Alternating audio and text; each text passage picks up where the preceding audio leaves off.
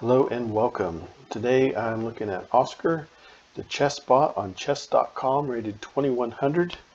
And this is my rematch. I lost my first match, and if you check out my channel, I did post that loss out there. And in this game, had some good moves, had some bad moves. I made some mistakes, but the differences that allowed me to win in the end was simply cutting off the king. And it was pretty evenly matched, but I just had the slight advantage of cutting off the king, and that's what got me the win on this. I can tell you this Oscar is so difficult. Oh my gosh.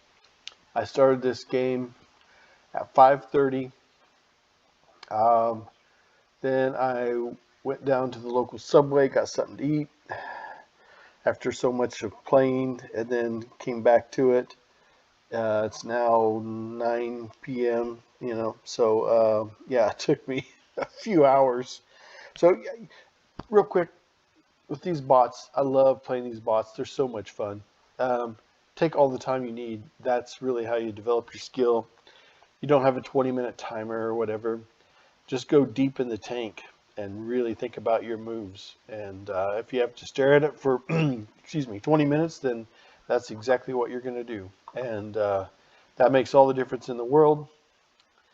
So go out to my channel and check out my first loss. And so here in this game, I played the white pieces, played at an 89%. Oscar played at an 83%. And let's get right down to it, because I think it was 56 moves, 58 moves, 58 moves. So did the old classic, my favorite, E4. And so let's see here. I'm just going to go through this. The beginning, just controlling the center, develop your pieces, get your pieces to work together, get them out there, and control the center. Okay, sorry to say it like that, but it'll help you remember. Okay, it helps me remember too. So, I admit I don't have the strongest openings. I keep my openings pretty basic. I just try to control the center, stop my opponent from developing. Here I'm missing my e4 pawn, which is bad, but so is my opponent. So my opponent, at the end of the openings, is a little stronger than I am, because at least Oscar, he has a couple pawns out. We both have a knight out, and I don't have any pawns out. So, my opening left a little to be desired there, I confess. Okay, so let's keep this going.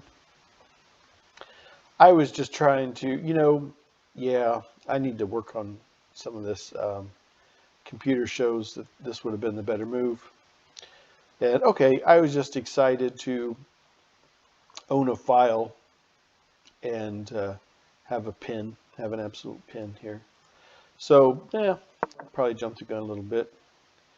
And so here, the computer says this is an inaccuracy, but this C file and this F file are good ones to attack, and they're ones to keep an eye on, because obviously this is what the computer wants to do, and it wants to, fork and take one of these rooks here. So, best way to defend that is, oh, computer said that was a great move. Thank you, I'll take it. As the knight defends that. But I got to kick this knight out of here.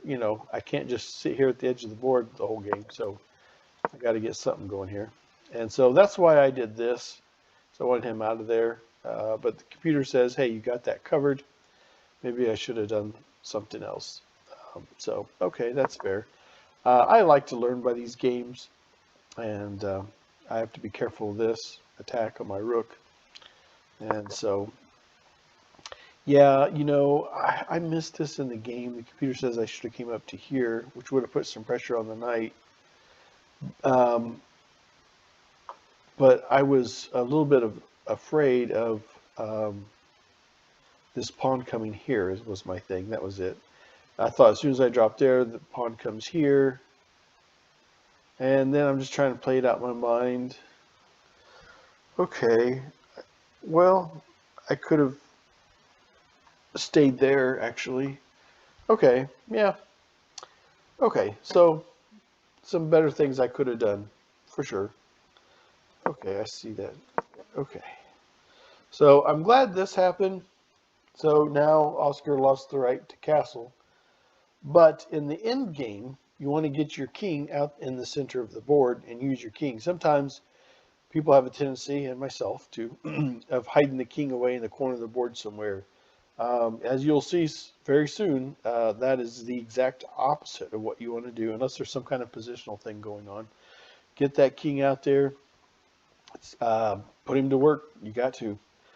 Um, okay, and we'll see why here shortly. So now um, Oscar is trading a developed piece for an undeveloped piece. So Oscar did all that hopping around, out here with his knight, and hopefully while he was doing that, I should have been developing, and I did a poor job of developing. Look at my pieces. Ugh. Okay, so I got a bishop that's blocked in, a knight that's into the board. I got some work to do here, folks. Okay, so let's get to it and see. I wanted to get that knight off the board. Computer says maybe I should have done some other things. These pawns can be dangerous. And that's probably why the computer said that is, hey. Okay, so I will take that, and he takes back. But now going into the end game, I have a bishop, even though it's temporarily blocked in, and Oscar has a knight. In the end game, 9 times out of 10, I'm going to take the bishop over a knight, just because it's a long-range officer. But that's not always the case. If there's a lot of pawns or something on the board, then the knight can be a little stronger because it can hop around. So something to keep in mind. And one big problem that I have is my king is blocked in and there's rooks on the board. So I could get, mated here pretty quick. Well, not pretty quick right now, but as the game progresses, I have got to do something about this situation down here in the red. I got to get my king unstuck there. Okay. And the computer says, hey, you got to start working. We're getting close to that end game. Let's get that king out there. Okay. So the computer's telling me so. Okay. I want that knight out of there. This knight bothers me. I want him out of here. So, yep, trying to kick him out with this. Okay. Okay, so let's see here. And I went here for extra support. I was afraid these rooks were going to line up or something, and so the king can add some extra support. And I didn't want the knight to come here for check and then for also. So now is a difficult situation. Okay, because I'm being attacked here with a knight. Now I can defend it. Yes, I understand that, but I don't want to. I don't want to.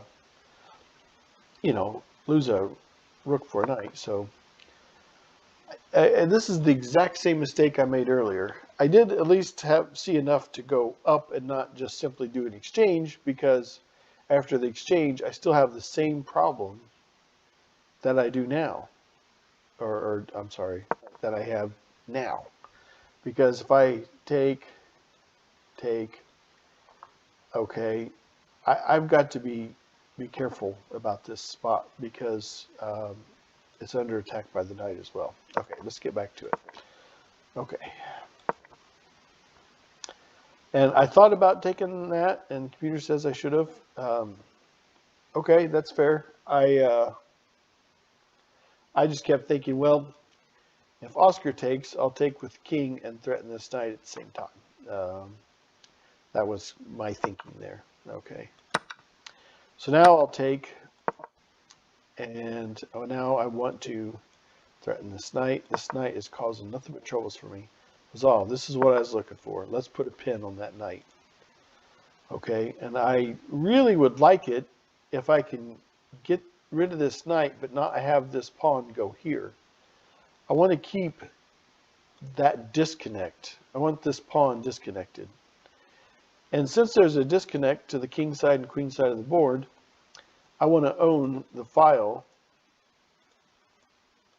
that, that's where I'm sitting. So I want to own that file. It's these little advantages that make all the difference. So I know we're getting into an end game. And, I didn't realize that was such a blunder. I mean, I did see this, but again, I just really didn't want that pawn to take. And I felt like this could be, the pawn could take and then come down, then I have to take, and then this pawn comes down. And now, this pawn is already in my territory. I want to shut off. I know the knight can take it and get those arrows off there, but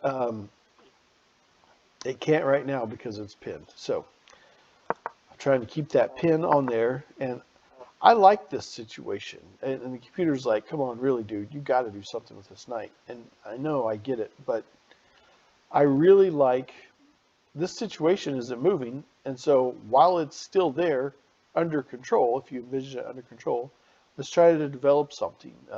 Computer says that was, a missed opportunity there. It says, but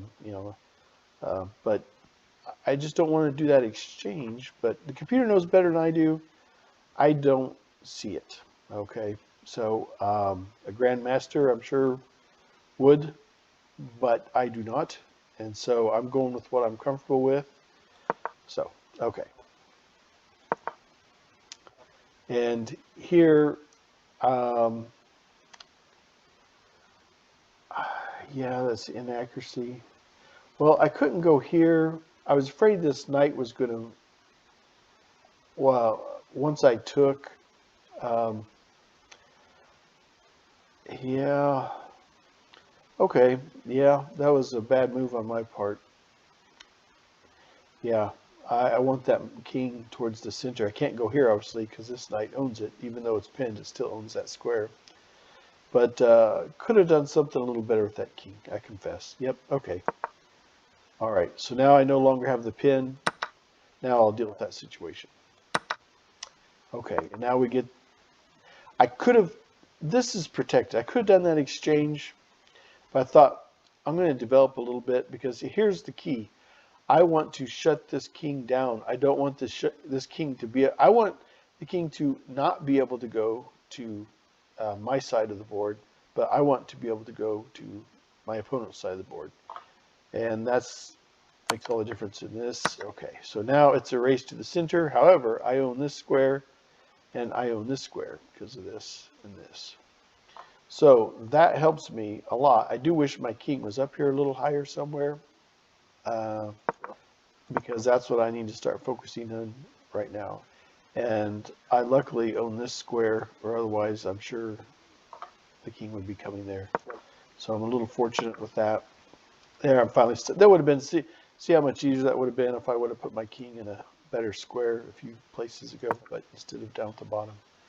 Okay, so my fear here was if I take, the king takes, and now, I'm getting to where I'm going to be stuck. So usually when your opponent throws something at you like, oh, here's a pawn, just assume there's some kind of trick. I used to not. I used to think, oh, they slipped up. There's a pawn. I can just take that. Oh, and it's going to be check. Oh, that's the best thing to do. Yeah. Assume it's a trick. That helped me so much. And okay, so let's keep this going. Okay, so the king's going to have a difficult time because I own this square, I own this square, I own this square. And, reversely, okay, my opponent owns this square and this square. It's going to be hard for me to get moving too. But if that king keeps going to that side of the board, I got something in mind here. And you'll see it come to pass here. Okay, so Oscar took, and that's exactly the opportunity I was looking for. Okay, so now there's that. Now I own this square, these two squares. So he's going to have a hard time getting there. Okay, now something somewhere has to move. And now with my king sitting there, I own these two squares as well. I want this pawn out of here so I can promote. That's it's just a race to who can promote. So there's that finally. I'm free to take that because I know that king cannot go too far. And I've got, these pawns can't advance because they're covered. So we have identical patterns, okay, in the end game with this pawn. This pawn, a lot of pawns in the end game. It's a little unusual, but it's a matter of, who can get their king passed to help. And that's, if you remember, that's what I was talking about. I want to get it to where my king gets trapped in and I do not. I have to deal with that situation, or I'm going to be in trouble.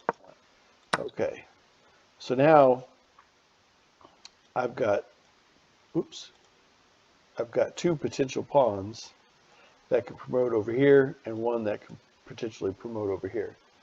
So yeah, that's looking, pretty good for me. And okay, let's keep this going. So now Oscar is stuck because Oscar's like, well, you can't take your king and be in one side of the board, then quickly hop over to the other. So, I mean, something's going to promote here. And, here it comes. So, now I'm feeling pretty confident. However, I have screwed these up before. And if you'll look at the first game I lost against Oscar, I just really made some bad moves. So, from here, let's keep this going. Okay, so there's my second queen. Surely I can't mess this up too bad. And there's mate. Okay, so finally, move 58. I've got, what is that? Almost 4 hours invested in this game. I took lunch or supper. I mean, yeah, 3.5 hours. Use that to your advantage. Have fun with these bots. And if you have to stare at the board for 20 minutes like me, then that's exactly what you're going to do. And that will help you. And don't make your move. Don't rush anything until you analyze everything on the board. Even if you think it's ridiculous, look at it. Assume everything's a trap. Oscar, 2100. Crazy difficult. I cannot beat this guy in a 20-minute clock.